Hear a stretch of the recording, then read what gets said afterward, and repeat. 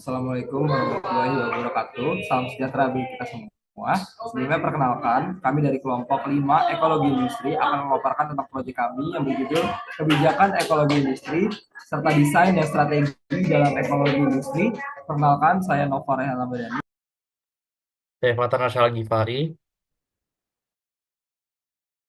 Saya Hilmi Raffi Mubarak. Dan saya Ridho Atas Maulida. Baik, boleh di next. Baik, sebelum kita lanjut lebih jauh lagi, mari kita telah kembali mengenai ekologi industri dan kenapa ekologi industri itu penting. Ekologi industri ini bersifat industri karena berfokus pada desain produk dan juga proses manufaktur. Dan pendekatan ini melihat perusahaan sebagai agen perbaikan lingkungan, bukan hanya sekedar perusahaan yang hanya mencari keuntungan. Karena mereka memiliki keahlian teknologi yang penting untuk keberhasilan penerapan desain produk dan proses yang berwawasan lingkungan. Industri sebagai bagian dari masyarakat yang menghasilkan sebagian besar barang dan jasa menjadi fokus utama karena merupakan sumber dari dampak lingkungan yang signifikan, meskipun bukan salah satunya. Lalu, kenapa ekologi industri ini penting? Karena ada beberapa aspek yang terdampak dari ekologi industri ini sendiri. Yang pertama, pada aspek lingkungan. Dampaknya itu dengan mengurangi dampak negatif dari aktivitas industri itu sendiri, ekologi industri membantu menjaga keanekaragaman hayati dan keseimbangan dari ekosistem. Kemudian kedua ada ekonomi, dengan memanfaatkan bahan baku alternatif dan juga sistem produksi yang sirkular, industri dapat mengurangi risiko kenaikan harga bahan baku akibat kelangkaan dari sumber daya tersebut. Kemudian yang ketiga ada kebijakan dan juga regulasi, mendukung tujuan pembangunan dan berkelanjutan strategis dengan mematuhi regulasi lingkungan serta meningkatkan kolaborasi antara sektor publik dan juga swasta. Dan oleh karena itu, mempelajari ekologi industri sangat penting dengan tujuan yang pertama memahami kebijakan dari ekologi industri itu sendiri, yang kedua mengetahui desain ekologi industri, dan yang ketiga mengetahui strategi ekologi industri. Boleh di next.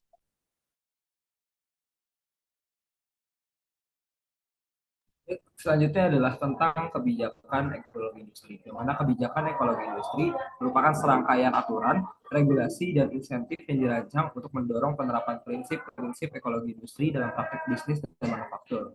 Yang mana kebijakan ini bertujuan untuk mengoptimalkan penggunaan sumber daya, meningkatkan efisiensi energi, serta mendukung keberlanjutan lingkungan dalam konteks ekonomi dan industri. Yang mana aspek-aspek dari kebijakan ekologi industri ini diatur pada Handbook of Industrial Ecology, di mana kebijakan ekologi industri itu harus memperhitungkan aspek ekonomi, teknologi, dan sosial untuk mencapai keseimbangan antara pertumbuhan industri dan juga keberlanjutan lingkungan.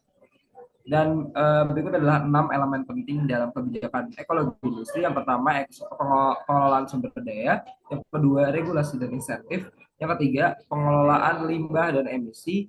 Contohnya itu adalah kebijakan Extended Producer Responsibility. Lalu pendekatan berbasis siklus hidup. Contohnya itu adalah Life Cycle Assessment atau LCA. Dan juga kebijakan teknologi dan inovasi.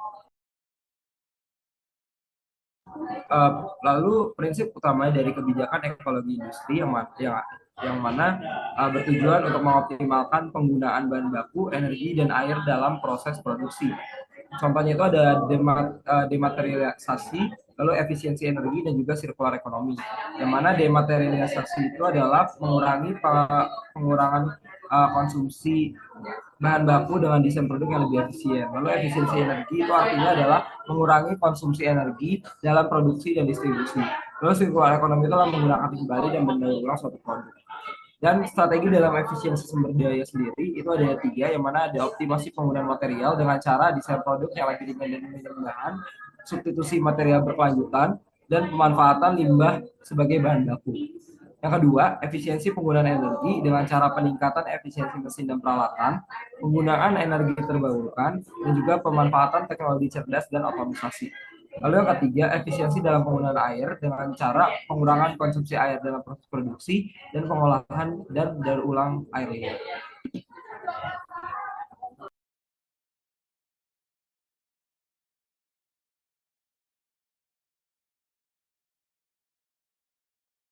Oke, sebelum kita masuk lebih jauh, kita pahamin lagi dulu konsep dasar dari desain ekologi industri itu sendiri.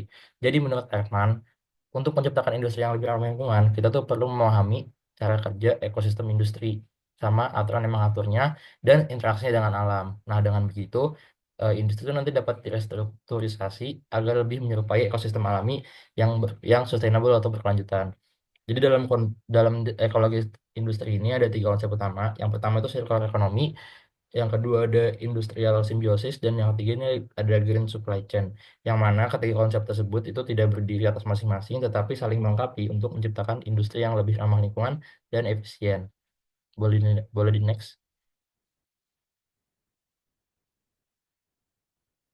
Oke, membahas konsep yang pertama ada circular economy, di mana circular economy itu adalah sistem ekonomi yang dirancang untuk meminimalkan limbah dan memaksimalkan pemanfaatan sumber daya alam dengan menerapkan prinsip 3R atau reduce, reuse, dan recycle. Di mana konsep dasarnya dalam ekonomi sirkular, pelaku ekonomi itu tidak hanya berfokus pada membuat produk, menjual dan mengonsumsi saja, namun juga tetap memperhatikan sisa dari produk setelah penggunaan. Nah, konsep ekonomi sirkular ini memastikan bahwa nilai tambah dalam produk itu disimpan dalam lingkungan ekonomi selama mungkin untuk menghindari timbunan sampah di tempat pembuangan sampah. Nah, dapat dilihat alur dari ekonomi sirkular itu. Jadi alur ekonomi sirkular dalam gambar ini itu menunjukkan bagaimana suatu produk melalui siklus berkelanjutan untuk meminimalkan limbah, dimulai dengan proses produksi yang mempertimbangkan efisiensi bahan dan energi juga, kemudian penggunaan oleh konsumen sesuai kebutuhan. Nah, setelah digunakan, produk itu akan masuk ke tahap pemisahan sampah, di mana material yang masih bernilai itu dipilah untuk memasuki tahap daur ulang. Nah, nanti material yang lama itu bakal diolah kembali menjadi bahan baku yang dapat digunakan dalam produksi baru. Nah, ini ada prinsip 3R juga, ada reduce, reuse, recycle, boleh di next. Nah, kemudian masuk ke konsep dasar dari industrial symbiosis, di mana industrial symbiosis ini adalah konsep di mana berbagai industri itu berbagai sumber daya kayak material, energi, air, dan limbah buat ningkatin efisiensi dan ngurangin dampak lingkungan dengan mengubah limbah satu industri itu jadi bahan baku buat industri lain. Terus nanti bakal tercipta sistem produksi yang lebih sustainable dan sirkular. Jadi konsep dasarnya ekologi industri itu mengadopsi prinsip ekosistem alami di mana limbah satu entitas dapat menjadi sumber daya bagi entitas lain. Nah, industrial simbiosis adalah bentuk aplikasi dari prinsip ini di tingkat antar perusahaan dan menciptakan sistem yang lebih berkelanjutan dan mengurangi dampak lingkungan. Oke, sekarang gimana sih konsep uh, industrial simbiosis ini tuh bisa mendukung circular economy? Jadi di sini ada beberapa peran kunci industrial simbiosis itu di dalam circular economy, di mana yang pertama uh, dia tuh bisa ngurangin limbah melalui pemanfaatan kembali material dan energi. Kemudian yang kedua, meningkatkan efisiensi sumber daya dengan memanfaatkan produk sampingan sebagai input industri lain. Dan yang ketiga, mengurangi emisi dan dampak lingkungan dengan optimalisasi proses produksi. Nah, ada juga beberapa kebijakan dan regulasi yang mendukung. Yang pertama, rencananya itu ada insentif pajak dan subsidi di mana pemerintah dapat memberikan keringanan pajak bagi industri yang menerapkan simbiosis industri. Kemudian standar dan regulasi lingkungan, di mana peraturan yang mengharuskan perusahaan mengurangi emisi dan limbah dapat mendorong kerjasama antar industri. Kemudian ada juga program nasional dan regional, di mana pembentukan eco-industrial parks yang memfasilitasi simbiosis antar perusahaan. Nah, jadi contoh penerapan dari industrial simbiosis ini itu adalah salah satunya di Denmark ada namanya Kalundborg Industrial Symbiosis, di mana di situ berbagai perusahaan berbagi energi, air, dan bahan mentah. Next.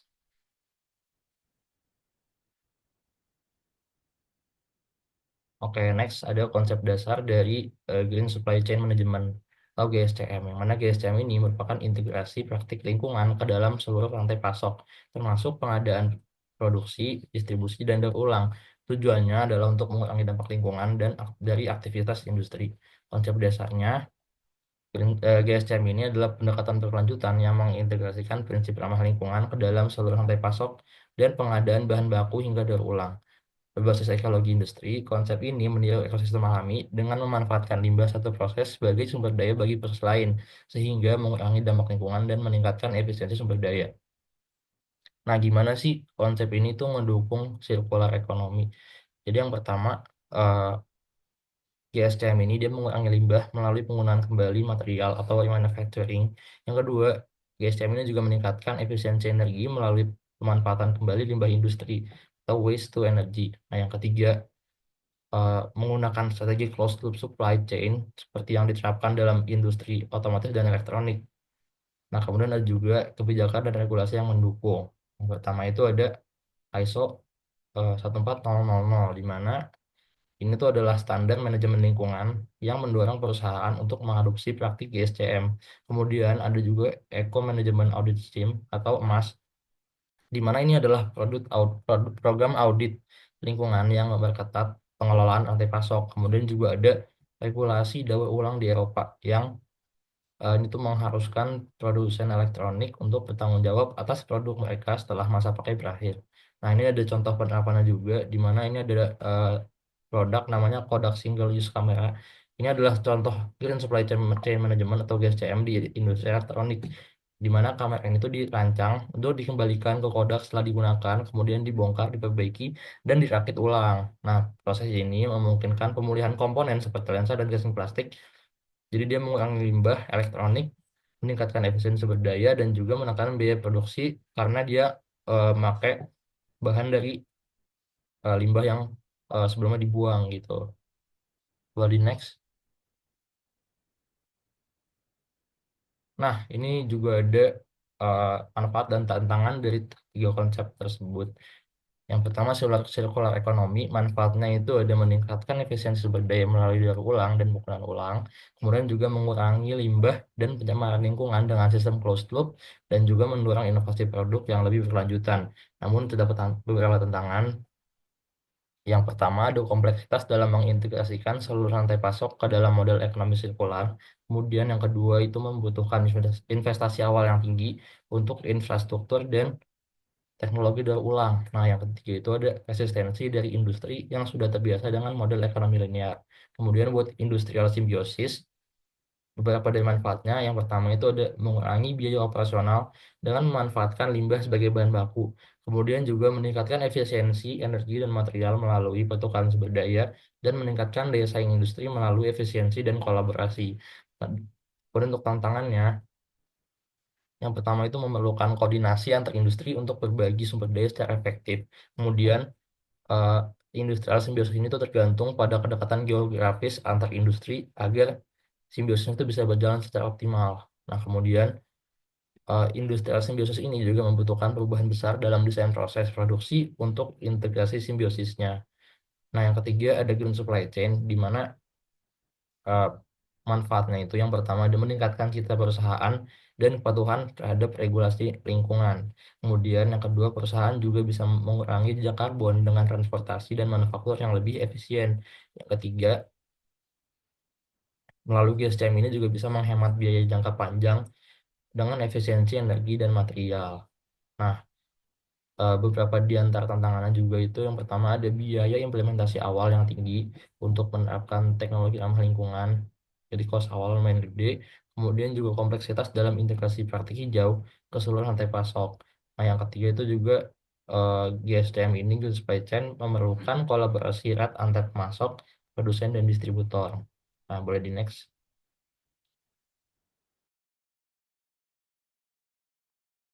Selanjutnya, gimana sih strategi implementasi efisiensi sumber daya dan energi? Di sini, yang pertama kita bisa melakukan analisis sumber daya dan energi dalam proses produksinya. Yang pertama, langkah-langkahnya bisa melakukan audit menyeluruh untuk mengidentifikasi pola konsumsi energi dan penggunaan bahan baku dan mengoptimalkan titik pemborosan. Lalu yang kedua, bisa menganalisis proses produksi untuk menentukan bagaimana energi masuk, diolah, dan diubah menjadi output. Lalu yang terakhir yaitu pemetaan sumber daya, melakukan pemetaan sumber daya agar perusahaan dapat mengalokasikan secara lebih efisien dan berkelanjutan. Lalu teknologi dan inovasi yang bisa digunakan di sini, yang pertama ada Internet of Things atau IoT. Di sini fungsinya untuk memantau penggunaan energi secara real time, seperti konsumsi listrik, suhu, kelembapan, dan kondisi mesin. Lalu bisa juga menggunakan AI atau Artificial Intelligence yang berfungsi untuk menganalisis data dari sensor IoT, memprediksi kebutuhan energi, dan mengoptimalkan proses melalui predictive maintenance. Lalu di sini rencana implementasinya dibagi menjadi tiga. Yang pertama jangka pendek dengan waktu 0 sampai dengan waktu kurang lebih 1 tahun, kita bisa menggunakan kita bisa melakukan langkah-langkah seperti audit energi dan material, pemeliharaan dan perbaikan peralatan, dan sosialisasi dan pelatihan internal pekerja. Lalu jangka menengah sendiri dari 1 sampai 3 tahun, kita bisa menggunakan teknologi hemat energi, penerapan sumber energi terbarukan, dan sistem daur ulang limbah. Lalu untuk jangka panjang sendiri, lebih dari 3 tahun, kita bisa melakukan simbiosis industri, penerapan standar internasional seperti ISO, dan kebijakan pendukung dari pemerintah. Nah, stakeholder sendiri dalam mengimplementasikan efisiensi sumber daya dan energi ini ada 4. Yang pertama ada pemerintah, di mana dia berfungsi untuk mengatur regulasi dan kebijakan, lalu lembaga riset untuk mengembangkan teknologi dan inovasi, lalu ada komunitas industri untuk mengimplementasikan teknologinya dan melakukan simbiosis industri, lalu ada masyarakat yang berpartisipasi dan melakukan pengawasan terhadap industri. Next.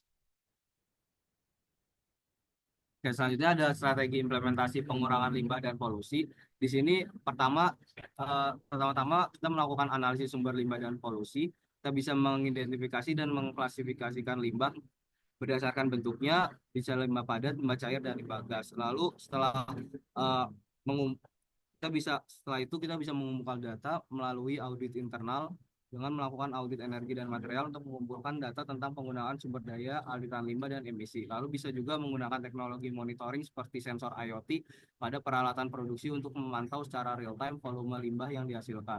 Lalu setelah itu data-data dari yang telah dikumpulkan dilakukan analisis menggunakan material flow analysis atau MFA, atau bisa juga menggunakan life cycle assessment atau LCA.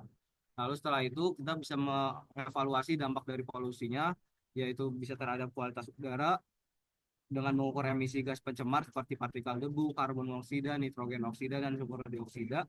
Lalu bisa juga terhadap kualitas air dan tanah dengan mengukur parameter seperti BOD, COD, pH, dan TDS pada limbah cair. Lalu bisa juga menilai risiko kesehatan dengan mengkaji bagaimana polusi dan limbah yang dihasilkan dapat mempengaruhi kesehatan pekerja dan masyarakat lokal. Boleh di next.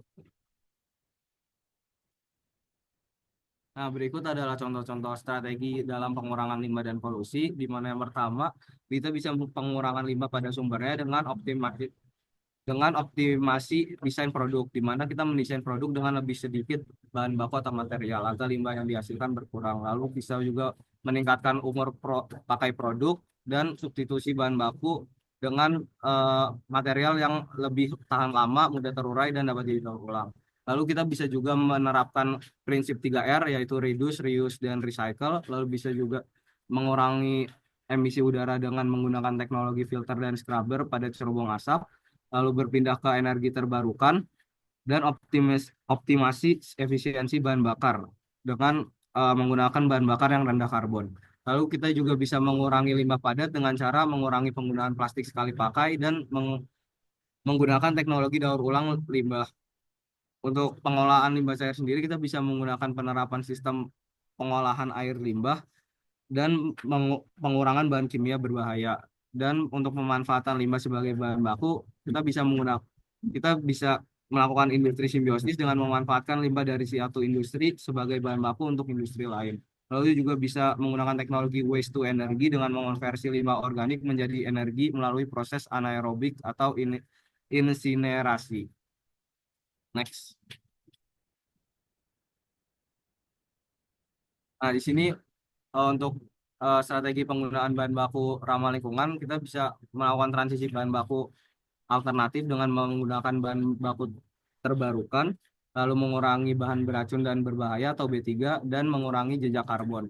Lalu untuk daur ulang dan pemanfaatan kembali, kita bisa menggunakan material daur ulang dengan menggunakan konsep ekonomi sehingga membantu prinsip ekonomi sirkular, dan kita juga bisa melakukan industri simbiosis. Lalu untuk efisiensi penggunaan bahan baku, di sini kita bisa menggunakan desain produk yang hemat material dan meningkatkan umur pakai produk seperti sebelumnya.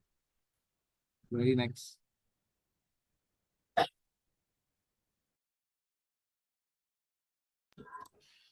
Baik, selanjutnya ini adalah tentang regulasi dan standar lingkungan dari kebijakan ekologi industri. Yang mana yang pertama adalah tentang regulasi global kebijakan ekologi industri. Kenapa regulasi global itu penting? Karena regulasi global ini dapat memastikan praktik ekologi industri diterapkan secara konsisten di berbagai negara. Regulasi ini juga menetapkan standar lingkungan yang harus dipatuhi oleh perusahaan dan membantu mengurangi emisi gas rumah kaca, polusi, serta eksploitasi sumber daya alam yang berlebihan. Contoh dari konferensi dan kesepakatan internasional itu ada di konferensi Stockholm di 1972 yang membahas tentang lingkungan hidup global. Lalu yang kedua adalah Protokol Kyoto 2017 yang menargetkan pengurangan emisi gas karbon rumah kaca dan juga penggunaan energi terbarukan dan efisiensi energi. Lalu kesepakatan Paris 2015 yang mana bertujuan untuk membatasi kenaikan suhu global di bawah 2% dengan mendorong perusahaan dan pemerintah mengurangi emisi karbon secara signifikan. Standar dan sertifikasi internasional itu ada ISO, contohnya ISO 14001 Sistem Manajemen Lingkungan dan ISO 50001 tentang Sistem Manajemen Energi, dan juga Global Reporting Initiative atau GRI.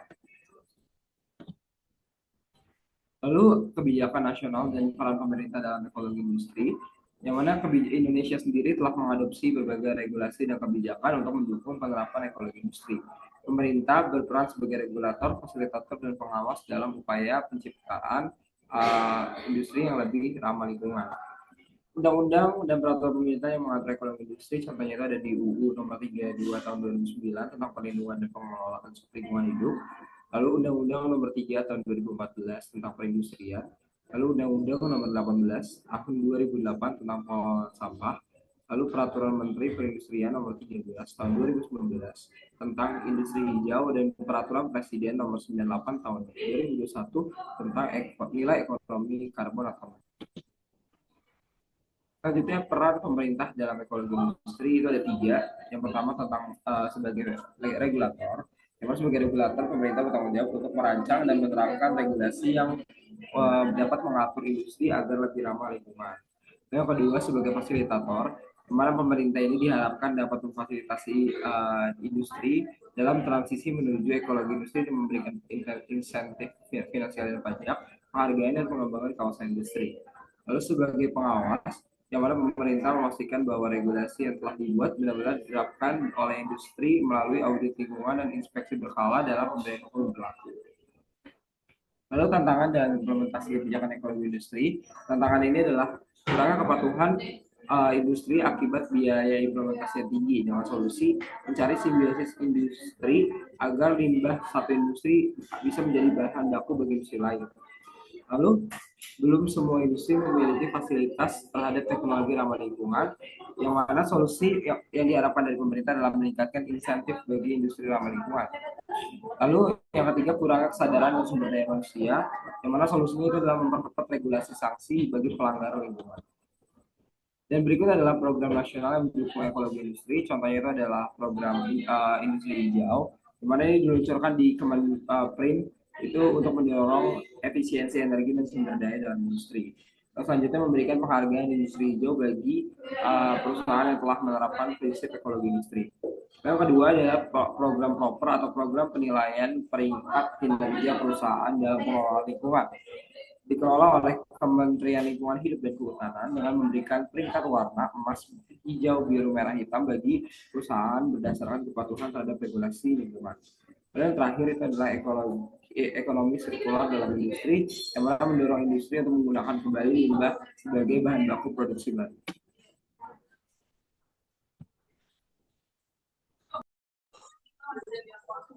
Baik, selanjutnya ada studi kasus atau praktis dari ekologi industri itu sendiri.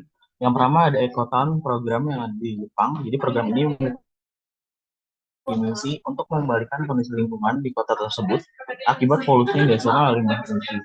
Jadi ini merupakan rencana kota industri selama lebih dari 1 abad, di mana ada pengelompokan industri material termasuk baja, bahan kimia, semen, dan lainnya sejak pendirian dari Yahata Steelworks yang dimiliki oleh pemerintah. Jadi Ekotown dari program yang ada di Jepang ini menggabungkan teknologi, sumber daya manusia, dan juga keahlian sehingga membentuk suatu rencana strategis regional yang memanfaatkan sumber daya ini. Kemudian dilakukan juga integrasi kebijakan konservasi lingkungan dan kebijakan promosi industri seperti mendorong industri lingkungan, proyek lingkungan industri, dan menjadikan industri yang sudah ada lebih sadar di lingkungan sekitarnya. Dan juga pembentukan masyarakat berbasis daur ulang sumber daya. Sehingga terbentuklah suatu proyek kita Kyushu Ecotone. Lalu apa yang bisa kita ambil dari ikutan program yang ada di Jepang ini, yaitu konsep ini memiliki 3 strategi utama, yaitu yang dilakukan dengan cara edukasi dan riset dasar, pengembangan teknologi, dan juga industrialisasi.